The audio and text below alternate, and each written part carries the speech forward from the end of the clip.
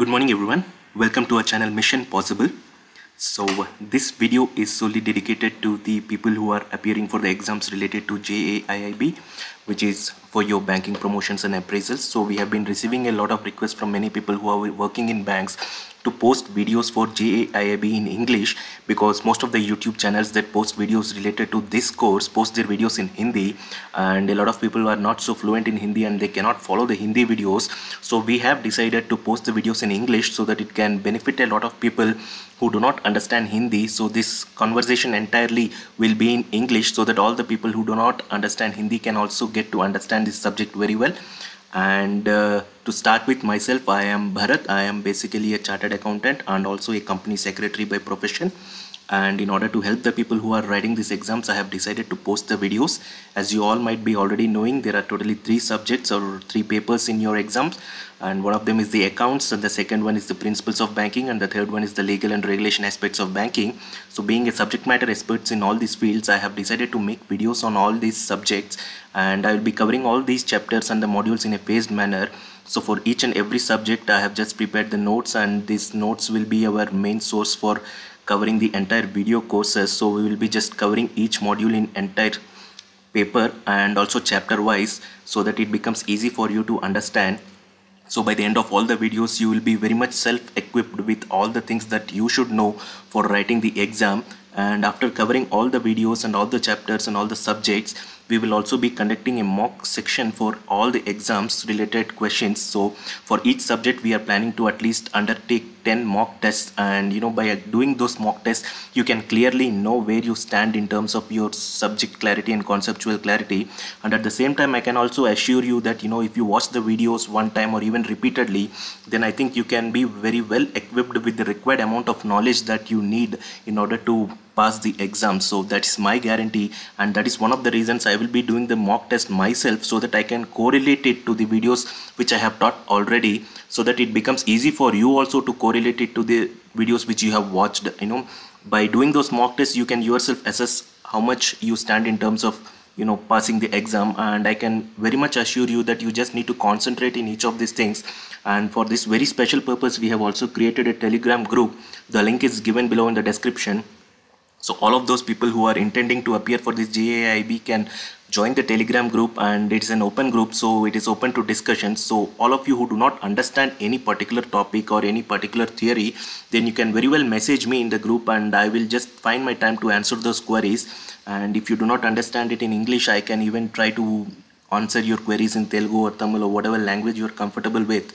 So it is very much an open-ended group, and you can very well participate and also inform to all your friends to participate.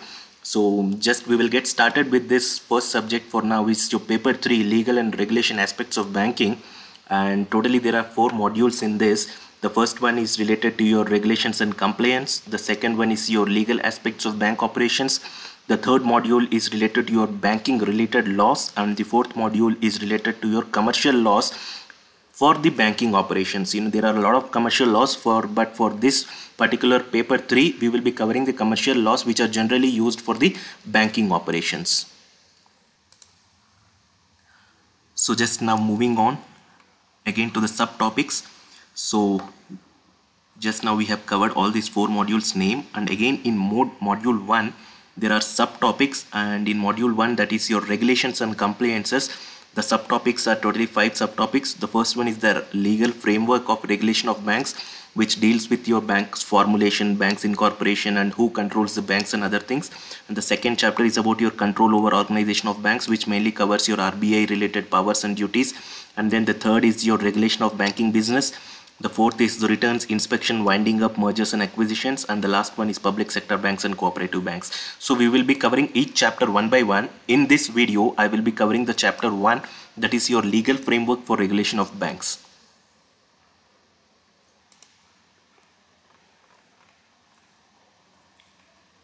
So unit 1, the legal framework of regulation of banks. So first of all, we need to know the definition of banking. So Banking Regulation Act is one such act which is mainly dedicated to the rules and regulations of the operations of the banks. All the operating procedures are mentioned in the Banking Regulation Act. It is like a Bible for the banks, and everything related to a banking operation from A to Z is mentioned in the Banking Regulation Act, and it also gives you a lot of definitions regarding what a bank should do and what bank can do and what a bank cannot do. So the definition of banking is given in section 5B of the Banking Regulation Act. So this section 5B is something which you need to actually remember, because sometimes the questions can be asked in a manner wherein you just have to remember the section names, because they can ask questions like which section defines the banking, and sometimes they can confuse you. They can give you section 5B, section 5C. So sometimes it becomes important for you to remember the section name also. So I would just highlight that section 5B here so that you can just remember this section name. And the definition of banking here is acceptance of deposits of money from the public for the purpose of lending or investment. So the definition says that a banks can generally accept deposits of money from the public, and the purpose of accepting those deposits is either for lending, like giving it to someone else, or for the purpose of investment. That means banks can even invest in some other banks, or banks can put those money into some investments which can generate interest for them. Because if I am a bank, so the definition here says that I can collect money from the public and I can use those money in lending it to other people who are requiring money, or I can even put it as a source of investment. I can put it in some other investment and earn interest. There are a lot of RBI avenues which provides interest to the banks. They can even use RBI's bonds or RBI's other different instruments are there which can provide the banks with the required interest which they want. So the definition here to understand is accepting deposits from the public, and the purpose is either for investment or for lending it to other people who require it. So that is the main definition of banking here. And now deposits, withdrawable by check. So this is defined in your section 49A of the Banking Regulation Act.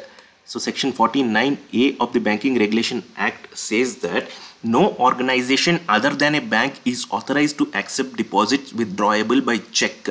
So deposits withdrawable by check, that means if I am a person, I go to a bank, I can give them a check and ask them to deposit into my account. So here they are indirectly indicating that only a bank can accept deposits which are withdrawable by check. A normal company or a manufacturing organization generally cannot do these kinds of activity which tends to create deposits from the public by withdrawable by check option. So here indirectly what they are saying is that only bank can collect deposits from the public and no other institution can collect deposits from the public. So the first definition of banking and deposits withdrawable by check are almost interrelated. And the next, acceptance of deposits by non-banking entities. So here what are the non-banking entities that we are talking about here? We all must be knowing there is something called as NBFC, non-banking financial companies. Initially banks were started, and slowly because of the increasing need of financial options to various people, this NBFC concept came into the picture. So NBFC, what they do is, the name itself mentions non-banking financial company. So non-banking financial company means they are not a bank. So what they are prohibited from doing? They cannot collect deposits from the money from the public, because the basic definition of banking is collecting deposits from the public. So non-banking company means they cannot collect deposits from the public. But these NBFCs have been given some special powers by the Reserve Bank of India. So what those special powers are, like in the interest of the public, and also if the RBI is satisfied that it is necessary to have such operations in picture, then they can grant permission to the NBFC companies to collect deposits from the public. Generally, you should always remember the fact that NBFCs are strictly prohibited from collecting deposits from the public, because they do not come under the basic definition of banking as per the Banking Regulation Act. But there are some NBFC companies which the RBI has specifically given permission for collecting deposits from the public, and for that the NBFC company should apply to the RBI and get a certificate of registration for collecting deposits from the public. So that is what is mentioned here in your third point, acceptance of deposits by non-banking entities. The general rule is that NBFCs cannot collect deposits, but there are some NBFCs which have been granted permission by the RBI for collecting deposits. You can just visit the RBI site, or you can just Google it, and you can get the names of the NBFCs which are authorized by RBI to collect deposits from the public. Around 60 to 70 NBFC companies have been given permission till now. So no need to remember the names, but just for your information, Shriram Finance is one such NBFC which has been authorized by the RBI to collect deposits from the public. So that is all about your NBFCs here. Then the license for banking. In India, it is very much necessary to get the license from RBI under Section 22 of the Banking Regulation Act for commencing or carrying on the business of banking. In order to do the banking, you need to get a permission from RBI under Section 22 for doing the banking activity.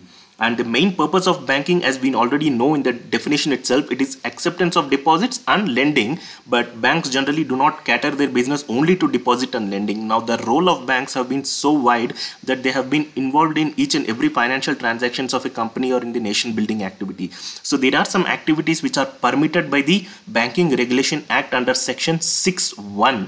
And what are those activities? The first one is borrowing money, raising money, or taking up of money. That means a bank can borrow money from other banks and a bank can collect deposit from the public. So any activities which relates to borrowing or raising money can be done by a bank. And then lending or advancing of money against security or without security. This is nothing but your loan. A bank can loan to people who are in need of money either with security or without security. Generally for personal loans there is no security, but whereas for housing loans or whereas for your mortgage loans or hypothecated loans, they generally have a security or even a collateral which is more than the asset value. So it again depends upon the banking policy. So banks can collect money and banks can lend money. And then the third one is drawing, making, accepting, discounting, buying, selling, collecting and dealing in bills of exchange. Bills of exchange is a concept which is actually more precisely covered in your Contract Act, which we'll be covering at a later stage. But as of now, bills of exchange, you can just note it down that it is one mode of payment. So it is a mode of payment wherein a person who actually buys goods from some other person. So I'll just explain it to you in a chart here. This bill of exchange is generally an instrument which is entered into between two parties, generally a buyer and seller, and this mostly happens in your international transactions. So here I just mentioned the flow of transaction, how it happens. So A sells goods to B. So A is a person who is selling goods to B, and then after he sells the good, B has to pay the money to A. Now A prepares a bill of exchange which mentions that B should give the money in 90 days period of time. So after 90 days, the person A who sells the goods presents the bill of exchange to B, and then B has to honor the bill of exchange. So this is just like a promissory note. In your promissory note, what happens is that you have mentioned a promise in that note and you have to honor that promise. So similar is the case for bills of exchange. So for all the corporate transactions and international import and export transactions, bill of exchange is one common mode of payment wherein the seller and the buyer enter into a promise kind of thing in order to honor the commitment which is mentioned in the bill of exchange. So the only major difference between promissory notes and bill of exchange is that bill of exchange is freely transferable, that I can just pass on this bill of exchange to some other person and ask him to pay instead of me. So that is possible provided all the parties in the bill of exchange agree to such a transaction. So this is more extensively covered in your Indian Contract Act, but for now you can just remember the flow of this transaction. Bill of exchange is a commitment between a buyer and a seller to honor or to pay the money at a particular point of time. So that is all about your bill of exchange. And then granting and issuing letter of credit. So it is also very much similar to your bill of exchange. So which letter of credit is mostly again used in your international transactions. So letter of credit, what happens is here in bills of exchange sometimes there is no third party involved. So it is like a direct contract between A and B. Whereas in letter of credit, what happens is banks come into the picture. The role of banks in letter of credit is much higher. So how this transaction is routed is like, if A is a person who sells goods, I can just explain this again with the help of a chart so that you can easily understand it. So now if you see the steps in your letter of credit transaction, so first there are two people, importer and an exporter. So here importer is the person who buys the goods and exporter is the one who sells those goods. So first there is a contract between the importer and the exporter, and then the buyer who has to make the payment goes to his bank and he asks to open an LC. Then the buyer's bank opens an LC and this LC is issued to the bank of the exporter, and then the exporter bank issues, this advises this letter of credit to the exporter, and against this letter of credit the exporter gives the documents to the bank. So to make it more simple, so what happens is that there are two persons, A and B. A purchases goods from B and A asks his bank to make the payment to B's bank, and then the B's bank makes payment to the B. So here if you see the importer and the exporter, so simply the importer asks his bank to make the payment to the exporter's bank, and then the exporter banks makes the payment to the exporter. So why a bank is involved here? Because to have the control over the transaction in your import and export transaction, the main crux is your documents, that is your shipping bills. So without those shipping bills you cannot take the goods from the customs port. So these documents are handled by the bank. So these are routed through the bank. Once the exporter loads the goods into the ship, he submits all the documents to his bank, and his bank in turn submits this document to the importer's bank. So the importer's bank gives those documents to the importer, and those documents the importer takes to the customs authority and shows those documents and gets the goods released, and in turn for this the importer's bank makes payment to the exporter's bank and the exporter's bank makes payment to the exporter. So what happens, it is a much more regulated transaction. In your letter of credit, again there are conforming letter of credit, unconformed letter of credit, which is again a different concept which I will explain it to you. But the thing here is that the payment is assured. So that is one main reason people opt for letter of credit transaction, because once a letter of credit is issued by a bank, then it tells that no matter what happens, the bank has to make the payment irrespective of whether the importer makes the payment to the bank or not. So if I am a banker who has opened a letter of credit, then I must honor the commitment. No matter if my customer pays the money to me or not, I have to make the payment to the exporter on the due date. So that is the main crux of this letter of credit transactions. So it is a very much assured mode of transaction, and banks get a lot of charges for opening this letter of credit and also for confirming this letter of credit. That is the way money is earned by the banks through this letter of credit transactions. So letter of credit is like an ocean, which is totally a different concept, but for now you can just remember the fact that in letter of credit, banks act as a mediator between the importer and the exporter. The documents and the money is exchanged from the bank to the bank without involvement of the end parties. So that is the crux here which you should remember. And then buying and selling of foreign exchange and banknotes, this you all must be knowing. There is something called as EEFC account in all the banks, that is your exchange control foreign accounts.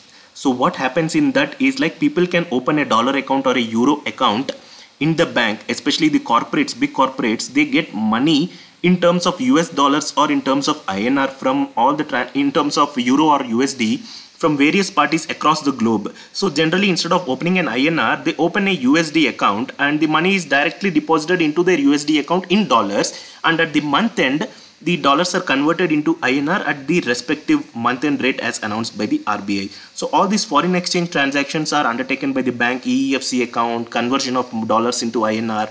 And then the sixth point is your negotiation of loans and advances, which we all must be very much knowing. I think the primary role for all the retailers is loans and advances. That is why we always approach the bank, and even the corporates also approach the bank for loans and advances. There are again different schemes for loans for corporates. They can get bank overdraft facilities, they can get hypothecated loans facility, they can get a lot of other facilities from the banks for in terms of operating their accounts. Safe deposits, nothing but your locker kind of thing. And undertake and execute trust. Trust means banks generally have the power to operate a trust account. A lot of this LIC money or your gratuity money, a separate trust is created. So a lot of banks, including SBI, has a separate trust to manage these funds which are deposited into your gratuity. So even that powers the banks has in order to undertake these activities. So these are majorly in the broad activities a bank can undertake. And the most important of them is borrowing money, lending money, and also your letter of credit or your foreign exchanges. And then the prohibited business, it is mentioned in Section 8 of the Banking Regulation Act. It says that a bank cannot directly or indirectly undertake any kind of trading activities or buying or selling of goods or those kind of barter system activities, bank is not prohibited. Bank is prohibited from doing. So this is just something which you need to remember. And now coming to the concept of constitution of banks. Banks in India majorly fall under one of the two categories. One is a body constituted under a special statute. That means some of the banks in India are constituted by a special act which is approved by the parliament. For example, in India the CA profession is regulated by the Chartered Accountants Act, which is called as a special statute. That means it is totally a separate act which has been created for that purpose, and it only can form the rules and regulations for the entire CA body. So that is what a special statute is meant. Similarly, banks are also can be formed under a special statute. Your example is State Bank. State Bank has a special act, State Bank of India Act, which was formulated for this very specific purpose. So mostly the public sector banks are generally formed under a special statute, and then there are something called a second category, that is nothing but your companies registered under Companies Act 1956, which was earlier. Now the Companies Act 1956 has been renamed as Companies Act 2013, because in 2013 the entire Companies Act has been totally revamped, and now Companies Act 1956 has been replaced by Companies Act 2013. So one is either it can be formed under a special statute which is approved by the parliament, or it can be formed as a company under your Companies Act 2013. So coming to the definition of public sector banks. So public sector bank is one in which the government of India holds a majority stake, and the best example is your State Bank of India, which I explained just now. It was constituted under the State Bank of India Act 1955. There are 6 subsidiaries when it was initially formed, and after that a lot of banks have been merged together under the State Bank of India. So the government also further nationalized 14 commercial banks through Banking Companies Acquisition and Transfer of Undertakings Ordinance in 1969. It later nationalized 6 more commercial banks. So and now the state banks 2017 merges again 5 associate banks of SBI and Bharatiya Mahila Bank with SBI. So public sector banks are generally formed under special statute, and government of India holds the majority stake. So that is your definition of public sector banks. And now coming to the other category, which is your private sector banks. They are generally called as banking companies, and the definition is mentioned in section 5C of the Banking Regulation Act, and it says that a company constituted under the Companies Act 1956 or the Companies Act 2013 or a foreign company within the meaning of section 591. All the private sector banks are banking companies. That is what you should remember, because the private sector banks cannot be formulated under a special statute, because they are the government of India doesn't hold any stake in the private banks. So the best example is your Axis Bank or ICICI Bank. If you see that the names which is mentioned there, Axis Bank Limited or ICICI Bank Limited, generally limited, private limited it can be, or it can be public limited. If it is public limited, they generally do not add the word public. It is just mentioned as limited. For example, your all the companies which are listed in the stock exchange are generally public limited companies, because they collect money from the people and in the form of equity. That is why they cannot use the word private limited company. So that is the main reason all the listed companies are generally called as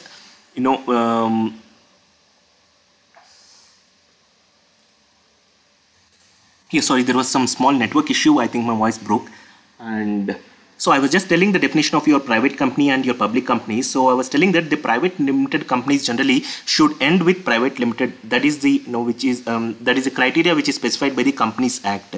So all the private limited companies, if you see, they have the name as private limited at the end, but generally all the listed companies generally mention their names as limited companies, because once they are listed, they can they are indirectly collecting money from the public, and then hence it becomes a company in which public are interested. So they use the word limited in it.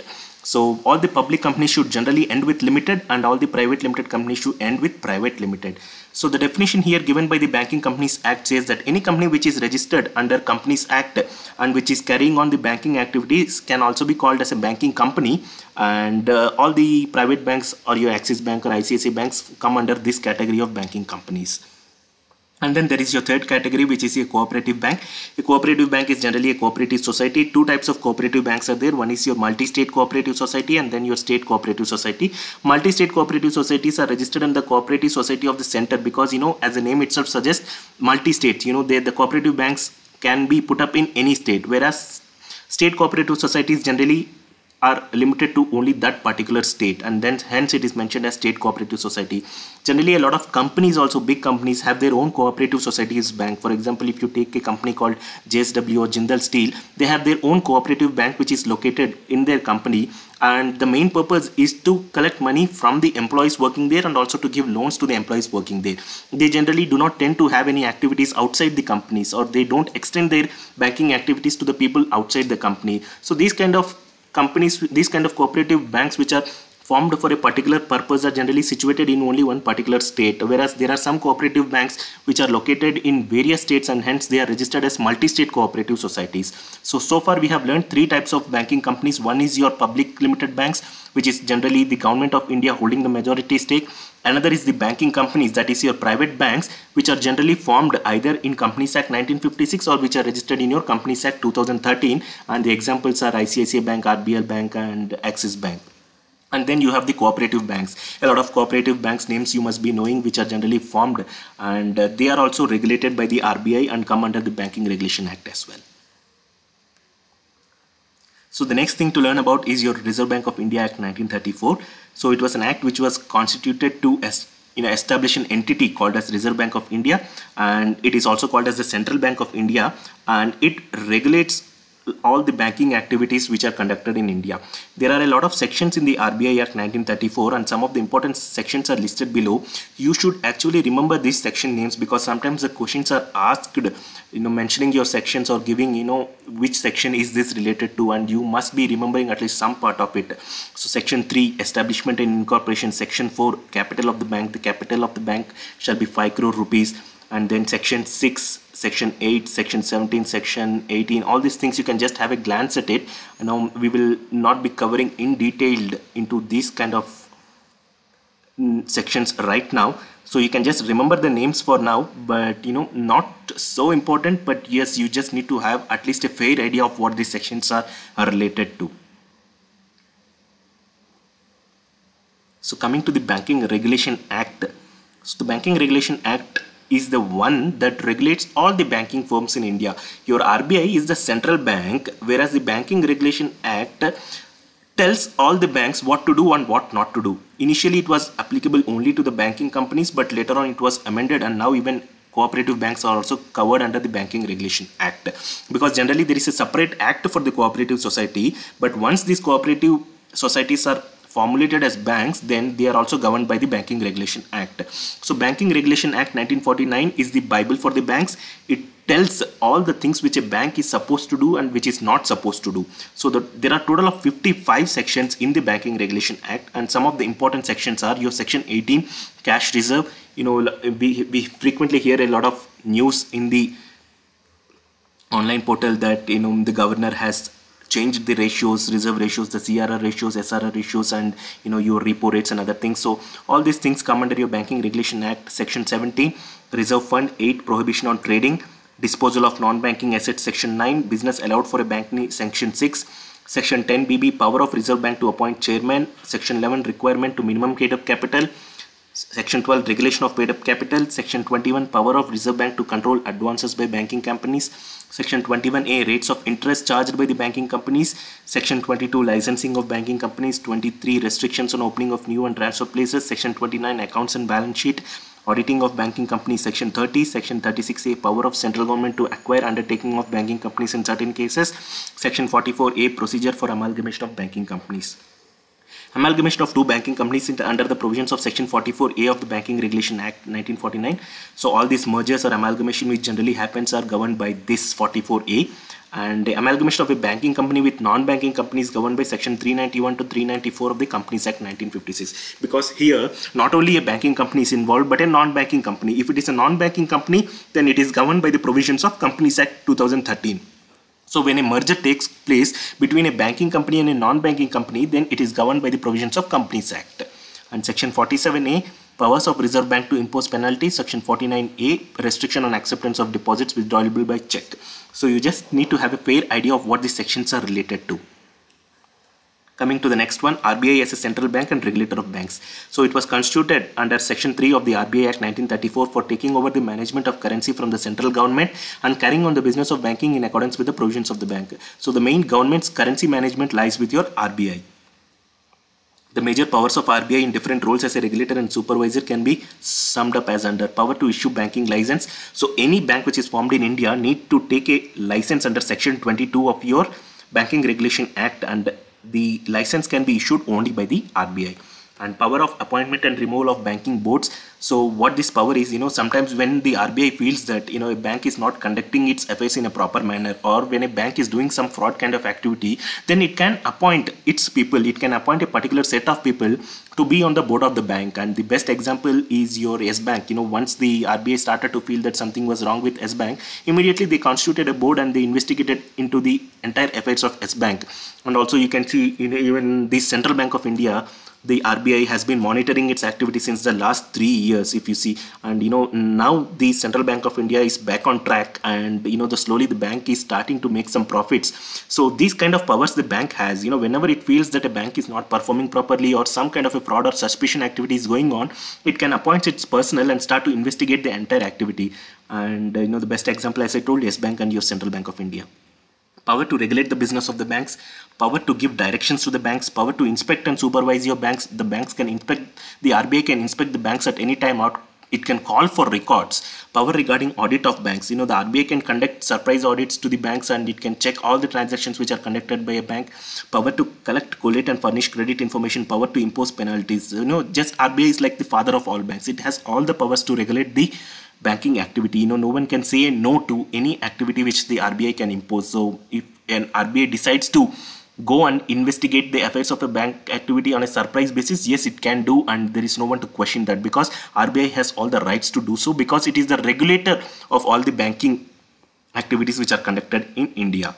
So that is all about your Chapter 1. Chapter 1 we have learned, I'll just summarize everything right from the beginning so that it can act as a quick recap for all of you.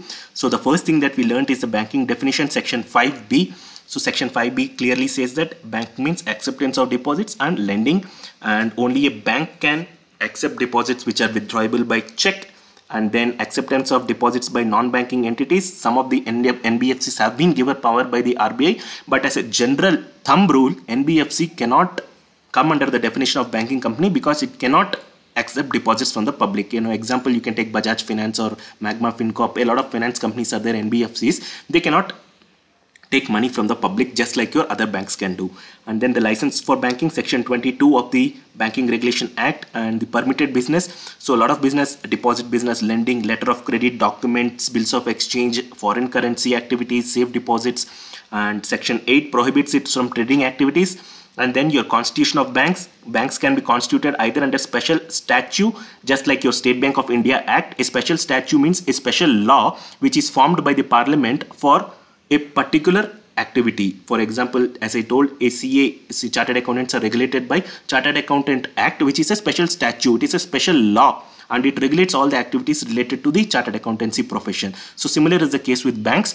Body corporated, which is constituted under special statute, and the second option is your company is registered under your 1956 Act. So a public sector bank, your State Bank of India, which is generally established under a special statute. And all the public sector banks are banks those wherein the government of India has the majority stake. And then your banking companies. Banking companies means all the banks which are incorporated as per the Companies Act. Your Axis Bank, RBL Bank, Bandhan Bank, all those companies which are formed by the Companies Act 2013 are called as banking companies. Why? Because the government doesn't have any stake in it. If the government doesn't have any stake in it, then it cannot be called as public sector banks. It is generally called as a private sector bank. And then your cooperative banks. Cooperative banks are formed for a specific section of the society, and they can be your multi-state, which means a cooperative society having its branches across India, or a state cooperative societies which are limited to that particular state. And then you have the Reserve Bank of India Act. Reserve Bank of India is like the father of all banks, and it has the various powers to undertake any activities with regards to all the banking operations in India. There are 61 sections, and some of the important sections were listed below. And then comes your Banking Regulation Act 1949. It actually tells what to do and what not to do. It's like the Bible for all the banks. and there are some important sections which have been mentioned here. And then RBI as the central bank, the powers of RBI has been given here. The major power is that, it has power to do anything. That is the major power which you should remember. And that's all for today's session. So in the next session we will cover control over organization of banks. That means how the licensing happens and how the RBI controls the activities of the banks. That will be covered in the next section. So please post your comments on this video if you have any doubts, and also if you feel that you are not able to understand something, then please let me know. And also please post your queries on the Telegram group. I'll be very much open to answer your queries. I just have sufficient time in the weekend to answer your queries. So if you can post your queries or your doubts in your Telegram group, I will be very much happy to answer it. And also at the same time, if you feel difficulty in understanding some topics, please let me know. I will even try to explain that in Telugu or Tamil. And that's all for today. I hope my video was very much useful to you. And we will be covering all the important topics one by one and in each chapter. So I'll just be concluding here, and in my next video I'll be covering the other two subjects, which is your accounting principles and also the principles of banking. So I will be just posting all the chapter wise videos one by one. So over a period of time we will be able to complete the entire syllabus, and then we will move on to the mock questions. Thank you for your time. Please do watch the video, and please do repeatedly watch it in case you don't understand it, and please let me know. Thank you very much and have a nice day.